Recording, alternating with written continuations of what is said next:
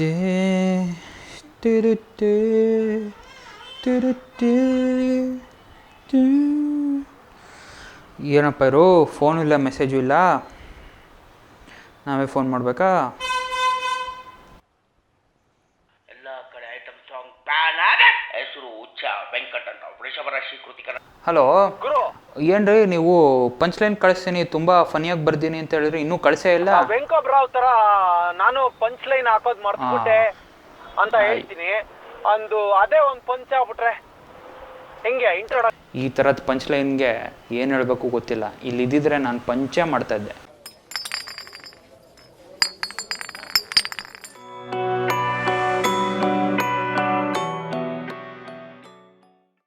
ಈ ಸಿನಿಮಾದ ಪ್ಲಾಟ್ ಒಂದು ಲೈನಲ್ಲಿ ಹೇಳಬೇಕು ಅಂತಂದರೆ, ಇದು ಫಾದರ್ ಸನ್ ರಿಲೇಷನ್ಶಿಪ್ನ ಪೋರ್ಟ್ರೇ ಮಾಡೋಂಥ ಫಿಲ್ಮ್.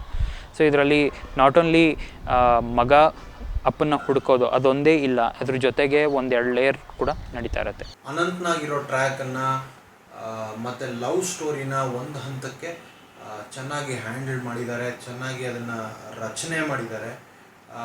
ಆದರೆ ಇನ್ನೊಂದು ಟ್ರ್ಯಾಕ್, ತುಂಬ ಮುಖ್ಯವಾದ ಟ್ರ್ಯಾಕಲ್ಲಿ ತುಂಬ ಕನ್ಫ್ಯೂಷನ್ಸ್ ಇದೆ, ಮತ್ತು ತುಂಬ ವಿಷಯಗಳನ್ನು ತುರ್ಕಕ್ಕೆ ಹೋಗಿ ಆ ಒಂದು ತುರ್ಕೋ ಒಂದು ಹಪಾಹಿಪಿನಲ್ಲಿ ಇದ್ದ ಎರಡು ಟ್ರ್ಯಾಕನ್ನು ಸ್ವಲ್ಪ ಮಟ್ಟಿಗೆ ಹಾಳು ಮಾಡಿದ್ದಾರೆ.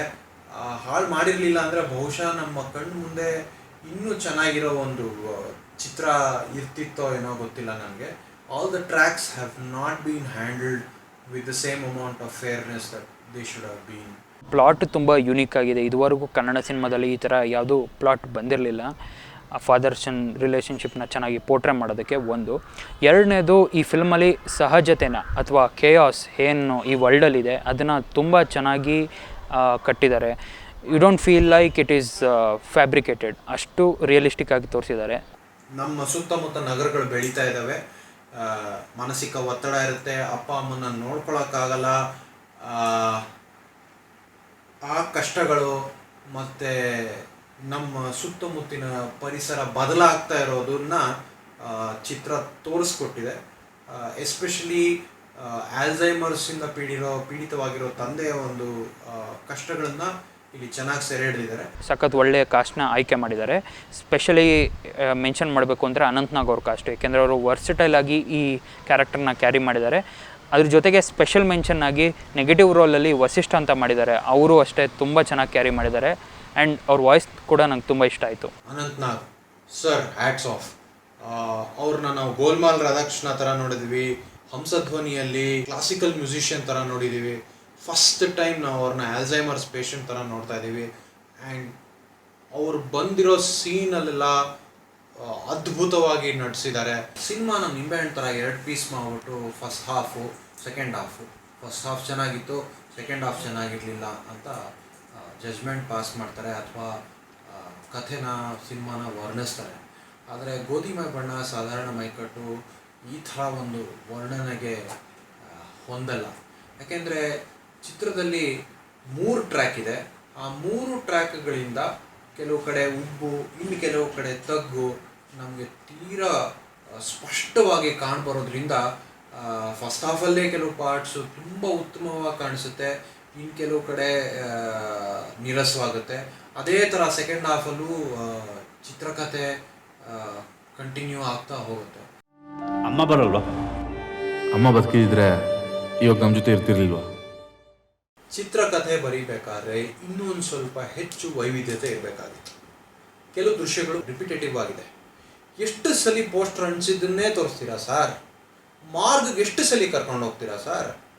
ಈ ಥರ ರಿಪಿಟೇಟಿವ್ ದೃಶ್ಯದಿಂದ ಹಲವಾರು ಕಡೆ ಚಿತ್ರಕಥೆ ಮತ್ತು ಚಿತ್ರದ ಲಯ ಎರಡೂ ತೀವ್ರವಾಗಿ ಪೆಟ್ಟನ್ನು ಅನುಭವಿಸುತ್ತೆ. ಎಲ್ಲೋ ಒಂದು ಕಡೆ ಇಂಬ್ಯಾಲೆನ್ಸ್ ಆಫ್ ಎಮೋಷನ್ಸ್ ಇತ್ತು ಅಂತ ಅನಿಸುತ್ತೆ. ಏಕೆಂತಂದರೆ ಕೆಲವು ಟೈಮಲ್ಲಿ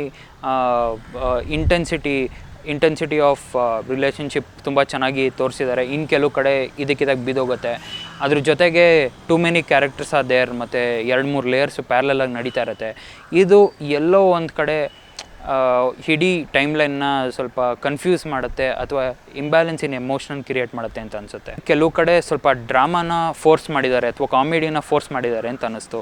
ಸೊ ಈ ಫೋರ್ಸ್ಡ್ ಕಾಮಿಡಿ ಅಥವಾ ಡ್ರಾಮಾ ನನಗೆ ಅಷ್ಟೊಂದು ಇಷ್ಟ ಆಗಲಿಲ್ಲ. ಕೆಲವು ಕಡೆ ಮ್ಯೂಸಿಕ್ಸಿಂದ ಅಥವಾ ಡೈಲಾಗ್ಸಿಂದ ಸ್ಪೂನ್ ಫೀಡಿಂಗ್ ಮಾಡಿದ್ದಾರೆ, maybe to get that emotion ಅಥವಾ ಆ ಇಂಟೆನ್ಸಿಟಿನ ಬಿಲ್ಡ್ ಮಾಡೋದಕ್ಕೋಸ್ಕರ ಅದನ್ನು ಟ್ರೈ ಮಾಡಿದ್ದಾರೆ.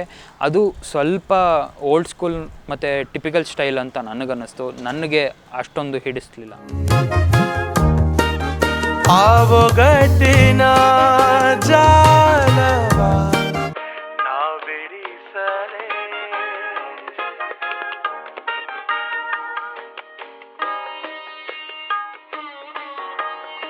ನೋಡಿದ್ರಲ್ಲ ಹೆಂಗೆ ಎಂಜಾಯ್ ಮಾಡ್ತಾ ಇದ್ದೆ ಸಾಂಗ್ನ ಅಂತ. ಈ ಫಿಲಮ್ ಸಾಂಗ್ಸ್ ಇದೆಯಲ್ಲ, ಚರಣ್ ರಾಜ್ ಅವರು ತುಂಬ ಚೆನ್ನಾಗಿ ಮ್ಯೂಸಿಕ್ ಕೊಟ್ಟಿದ್ದಾರೆ.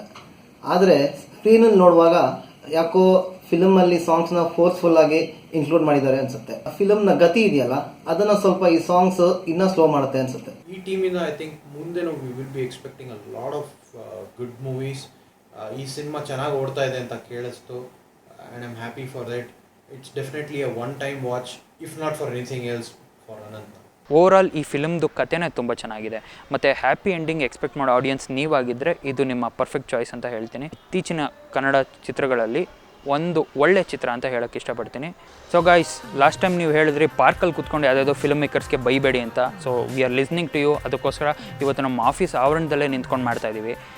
V are listening to you. ನೀವು ನಾವು ಹೇಳೋದನ್ನು ಕೇಳಿ. ಈ ವಿಡಿಯೋ ನಿಮ್ಗೆ ಇಷ್ಟ ಆದರೆ ಲೈಕ್ ಮಾಡಿ, ಸಬ್ಸ್ಕ್ರೈಬ್ ಮಾಡಿ, ಮತ್ತು ತುಂಬ ಇಷ್ಟ ಆದರೆ ಶೇರ್ ಕೂಡ ಮಾಡಿ. ಎಲ್ಲ ಓಕೆ.